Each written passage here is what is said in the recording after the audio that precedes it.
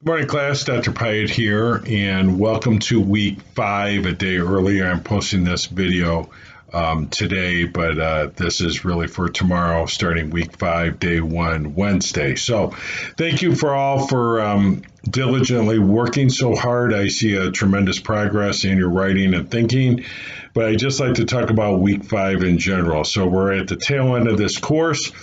We did our ethical work plan draft. You'll submit the final week 6. So please look at my comments. Even if you received the total grade, there are still suggestions for you to do that better and how to improve upon that. So this week, week 5, we're doing a major research paper. So you can look into the literature or you can look at your doctoral dissertation. Because as I said before, we all have an ethical component. So you can do either one, find an ethical issue that is near and dear to your heart.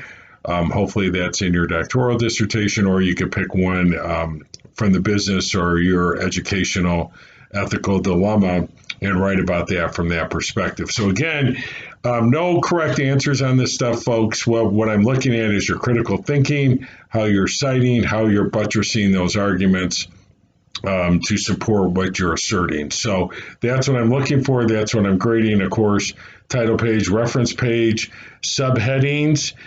So for the major research paper, for each section that is defined in the assignment link, which I have listed here as well in the course announcement for week 5, put section 1 listed out, section 2 or number 2 with the subheading, and then listed out, number 3 subheading listed out, so on.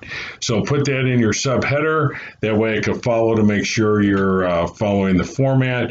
Also, at the end of the assignment, I want a conclusion and your 3 takeaways, as well as the implementation, which is defined in the assignment link. So again, I'm looking at how you're approaching this ethical dilemma from either your doctoral dissertation or from the literature or an issue that you're near and dear to your heart, and then how you break that down and define it. So as practitioners, as doctoral students, that is incumbent of you to take an issue, research it, define it, and then how do you implement it? How is the literature supporting that, which is really what we're doing in our doctoral dissertation. So those subheadings are really important, folks, because it's taking the reader to the next level. You're not just jumbling, writing 10 pages of thoughts.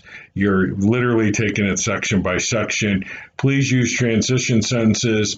For example, in summary of section 1, I'm now moving to section 2. I'm going to talk about that. You should be doing that with your dissertation. It's just an easier flow, more academic writing, and it's easier to follow. So let's get on that.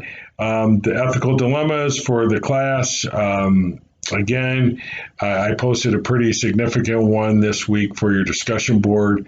So if you choose to write that, 2 paragraphs this week for week 5 in the discussion board for the ethical dilemma for extra credit. So I'm really trying to engage you to think at that deeper level. Again, the why. Why are we doing this? So the how is the literature, and the why is how do we apply it. So start thinking in those terms critically. Critical thinking is evaluation, synthesizing, observing the factual situation, and then not just stating your opinion, but basing it on the literature, citing. And remember, folks, cite in past tense. Everything is in past tense. Gardner never says he stated. So please write in past tense. You'll get dinged on that in your dissertation. So I'm just trying to help you get moving forward on that, not to make those careless mistakes. So overall, again, generally pleased. I'll write my comments for week 4 tomorrow as I finish grading the ethical work plans. So great job on those again. For those who submitted, I'll grade the rest tomorrow.